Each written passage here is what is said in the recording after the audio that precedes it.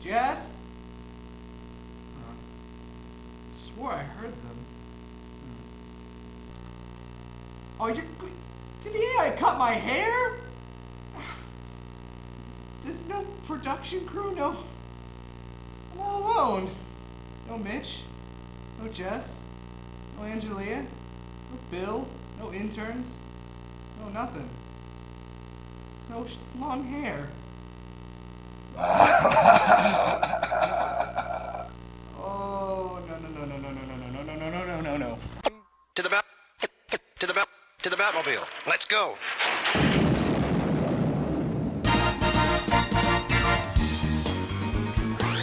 Atomic batteries to power. Turbines to speed. Roger. Ready to move out. Welcome to Nerdcast. We're hiding from the AI still. And we still can't find Jeremy, but I swear I heard him just a minute ago.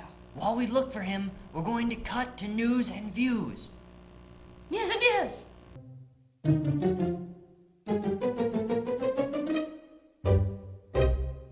Microsoft is teaming up with a Shanghai media company to create a new console for the Chinese market. A console ban has recently been lifted, but the consoles must be made in Shanghai's free trade zone. Seeing a new opportunity to make money, Microsoft just couldn't resist joining in. I mean, it's not like they're all about money and have a ridiculous requirement that you have to have a gold membership in order to enjoy apps like Netflix and Hulu, without actually including them in their own subscription or anything. No, they're exactly like that. You can now add Xbox Fitness to that list as well. This totally non-stalkerish app measures your heart rate while working out to personalized program recommendations. It will be FREE for the first year, but then you have to pay for that too. And you need a gold membership in order to use it. Thanks, Microsoft. You're the best. At taking our money. How do you feel about Kung Fu fight scene?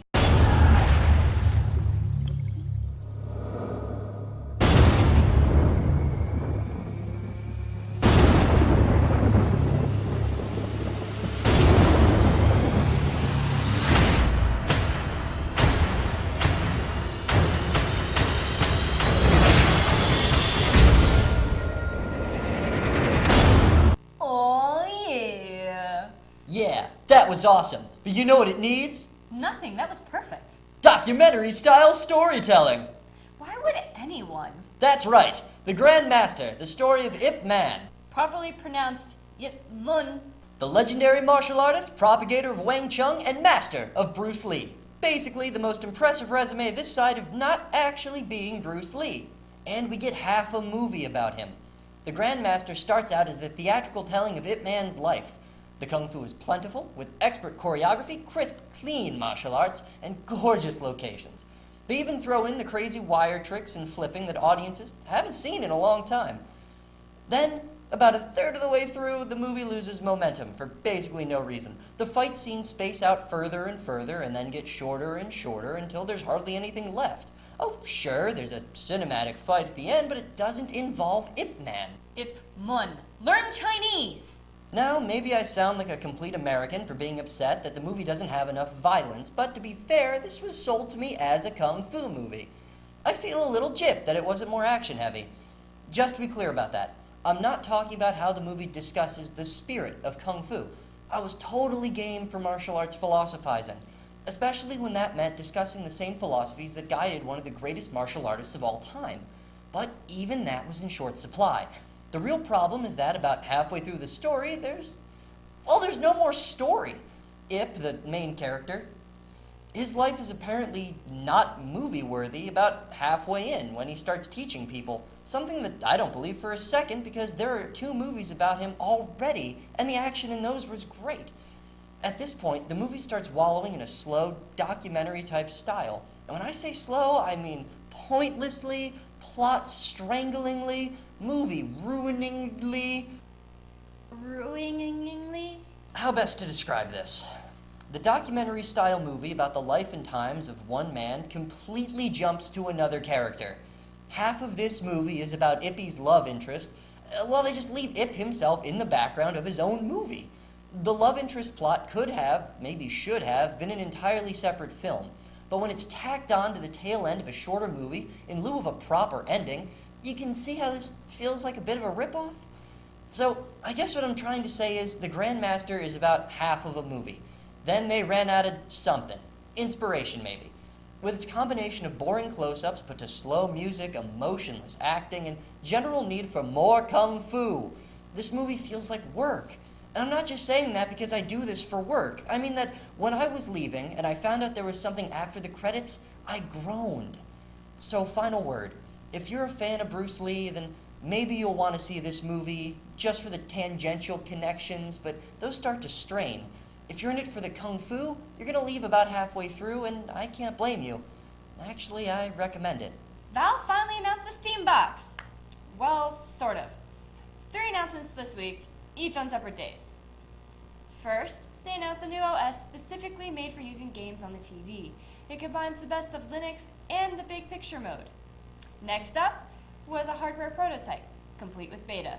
They created a badge showing you what you had to do in order to be placed into the pool for participation, and honestly, there's not that many requirements. It doesn't mean you'll be selected, though. Finally, on Friday, they announced the controller for their hardware. Instead of thumbsticks, we get touchpads, and instead of a start button, we have a touchscreen. I'm going to refrain from making judgments until I actually hold the thing in my hands. I'll make my judgments now. I'm worried. If you're on the market for a tablet, the new Samsung Galaxy Note 10.1 is available for pre-ordering. Sporting Jelly Bean version 4.3, you can enjoy a super clear LCD screen, 3 GB of RAM, and a quad-core processor.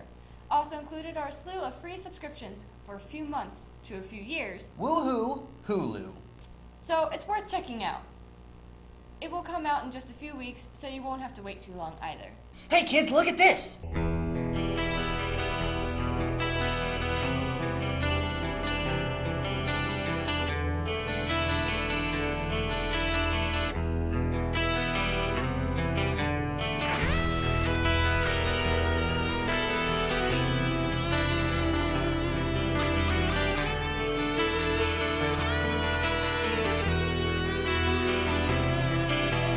Many blood red moons ago, the dragon god lived all alone, with no one to rule. Epic sadness set in. Drag god made more dragons from the scale of his head. The most metal of beings, they're too brutal for feelings. They needed great heart to guide them along. They brought us the band to regale them with songs. Dragons profit from netherite of darkness cowards. Dragons profit, their strength is our power. Flamingos, not metal. Cacti, not metal. Chickens, not metal. Dragons and leather, super metal.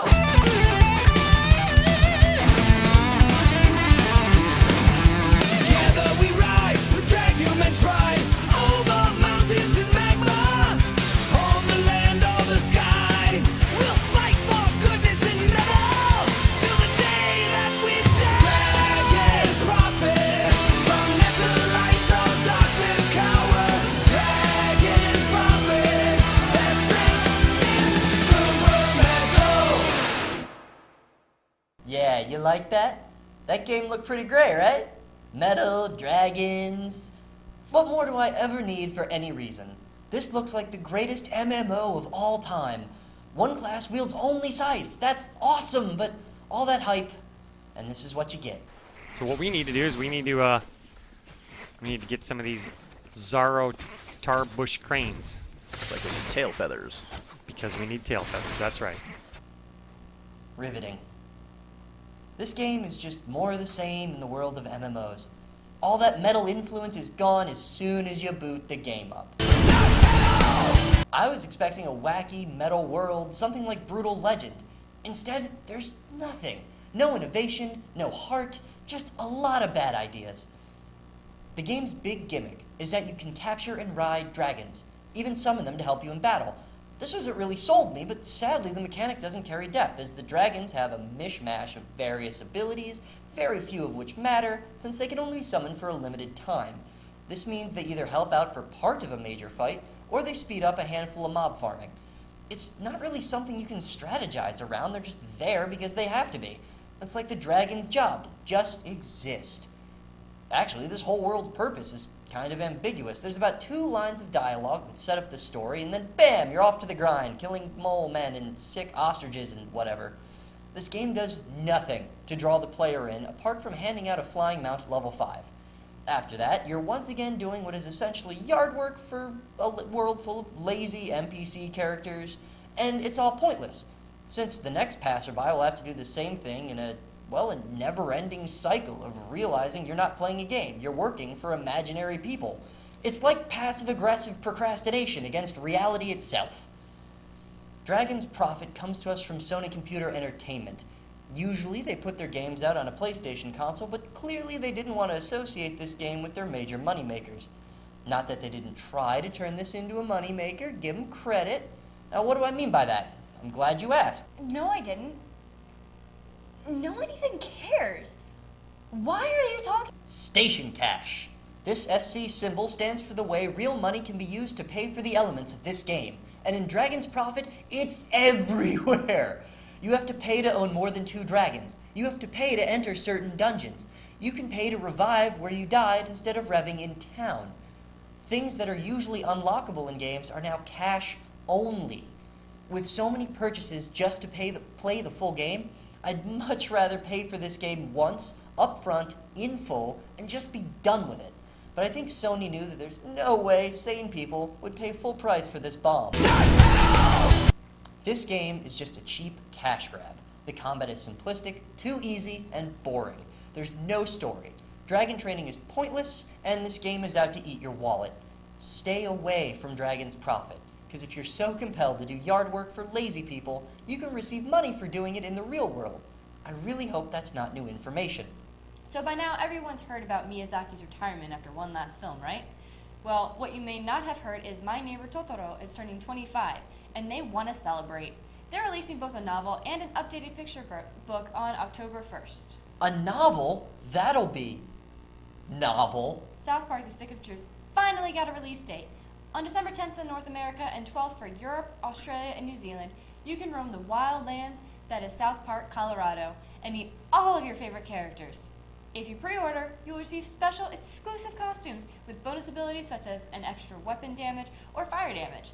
There's even a Grand Wizard edition that includes the special costumes, a map of South Park, and a 6-inch statue of Cartman in all of his wizard glory. Must buy. Okay. I don't hear it anymore. I think I've escaped into the janitor's closet, where there's this camera, but no security cameras. Just me and Pocket Cat. What? Yeah. It's cool. It's safe. But I've got my laptop, so I can still do Comic Crash.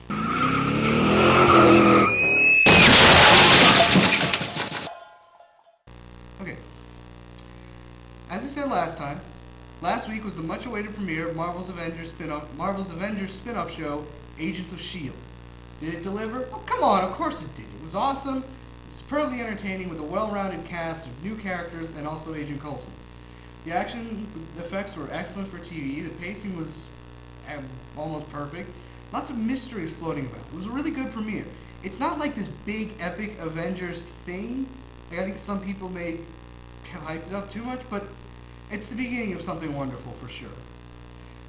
And in other big comic TV news, Fox has apparently won a bidding war for the rights to a Gotham TV series, supposedly set to focus on a younger James Gordon, while he's still at the rank of detective and not commissioner, as well as some of the earlier versions of Batman's iconic villains. Warner Brothers has announced a Season Pass DLC pack for the upcoming Arkham Origins game. For $20, you get the New Millennium and Infinite Earth skins packs, including 6 skins each, 1 for Robin in each of them and 5 for Batman. Exclusive Gotham by Gaslight and Brightest Day Batman skins. Love Gotham by Gaslight. New Bruce Wayne challenge maps and, quote, all new story. which just has a question mark in the picture box, so we'll see how that turns out. Marvel's confirmed to do She-Hulk series for February, going back to her roots as a lawyer, with rising star writer Charles Soule and artist Javier Pulido. We've also been given some teases for other second wave Marvel Now series, consisting of a single word, similar to the original Marvel Now teases. So far there's Trial, with all-new X-Men creative team Brian Michael Bendis and Stuart Immonen. Mind Bubble, with Uncanny Avengers writer Rick Remender and artist Pascal Alix.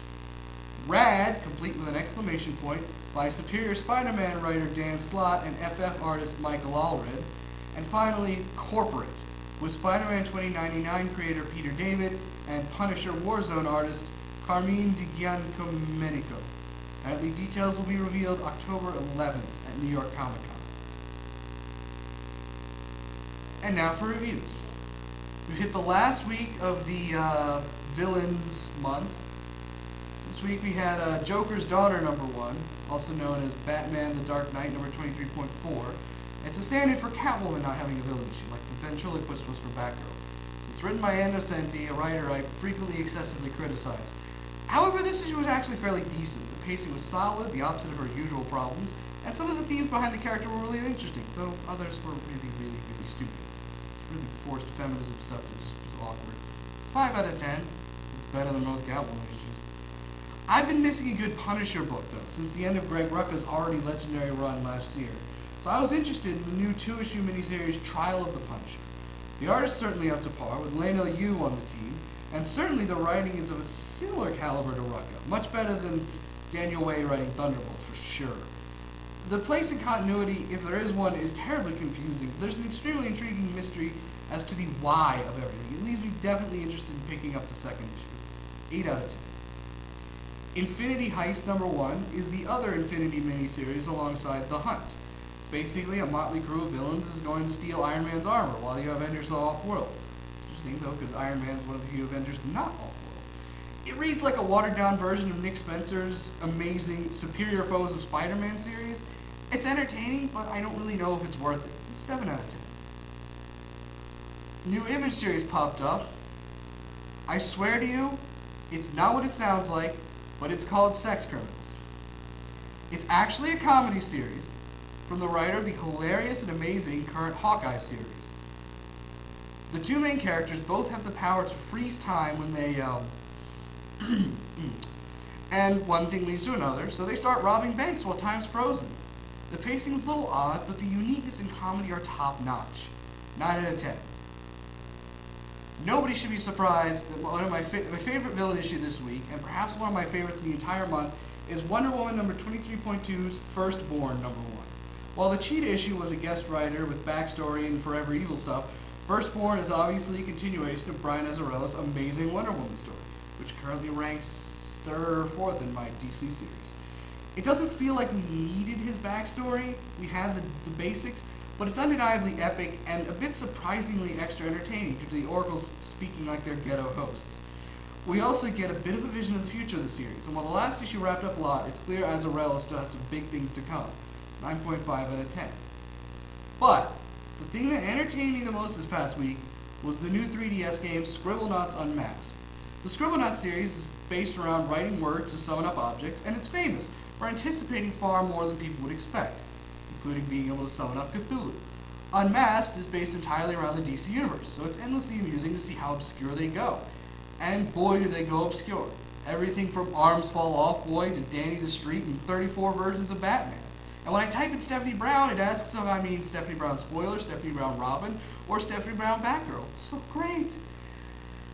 I was able to find things it didn't have, but generally it was really good. Also, I had to type in Clarion the Witch Boy to get Clarion. Clarion didn't work. And it didn't have Tinkle.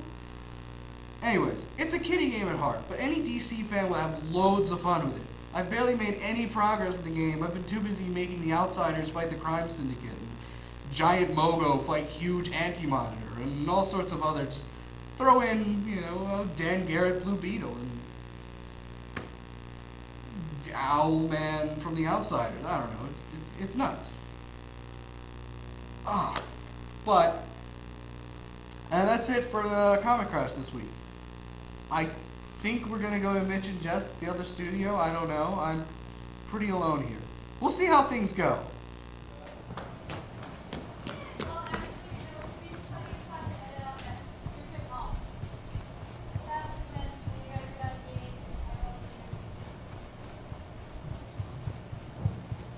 I will have a new picture once my face is better. So, we usually do good, bad, random every week, but right now we only have 2 people. What are you doing? I'm texting Jeremy. About what? Agents of S.H.I.E.L.D, so we can do good, bad, random. Is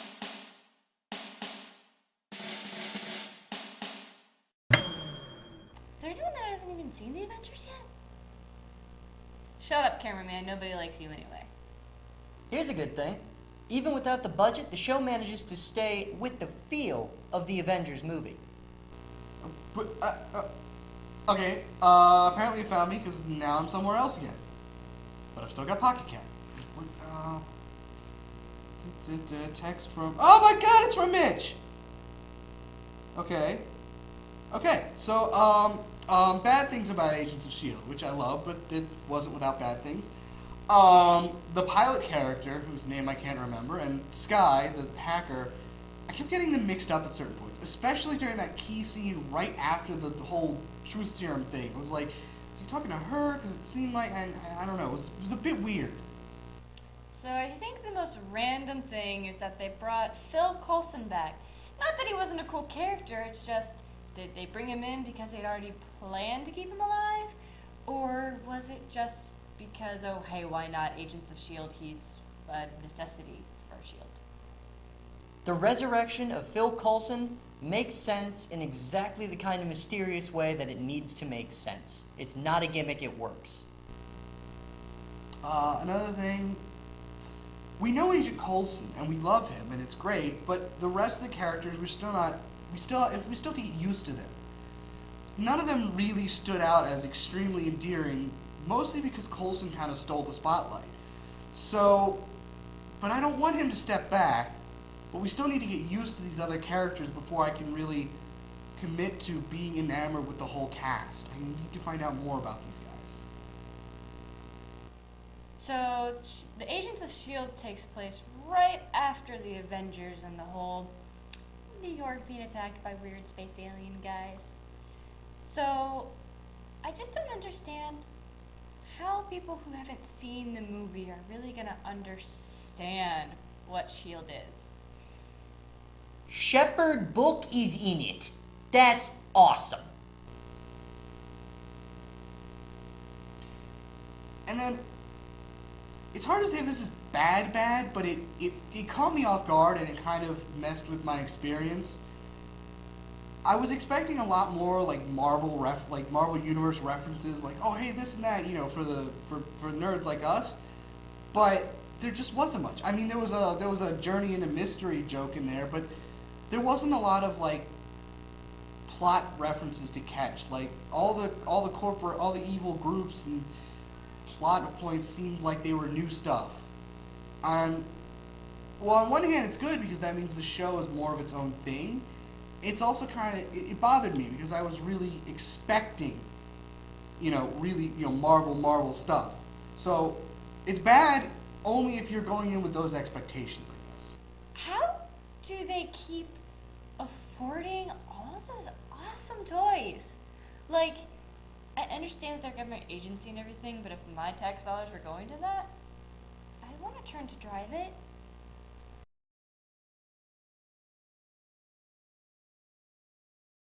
This is Nerdcast. Well, since you're watching the show already, I'm going to assume that you like the show. Remember to catch us every Monday night at 9. Hope to see you next week.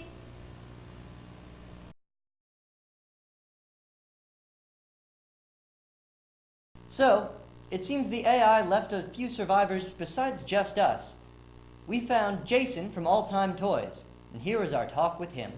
Hi guys, this is Jason. He's from All Time Toys in Old Ellicott City. So, Jason, tell us a little bit about yourself.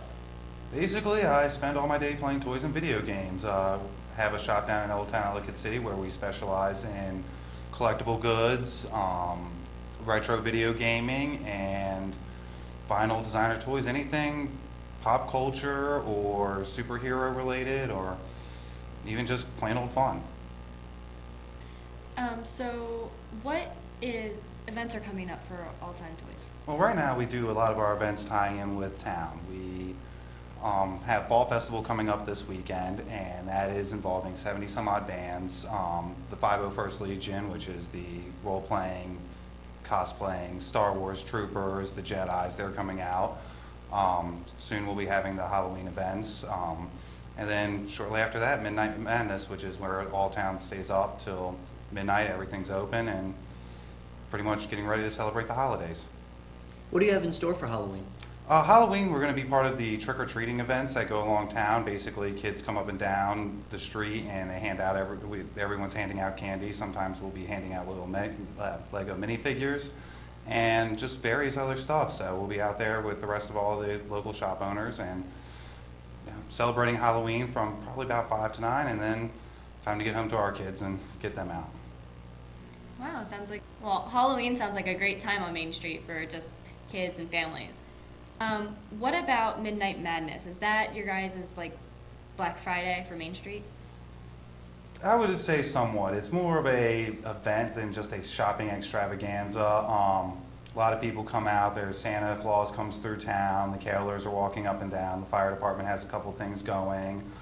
There's people handing out cocoa and chocolate. So it's not necessarily all about just getting people to shop. I mean, that's part of it, but a lot of it comes down to, just getting families out there and getting people more familiar with town and really bringing in that crowd to, help support town and have an event for everyone.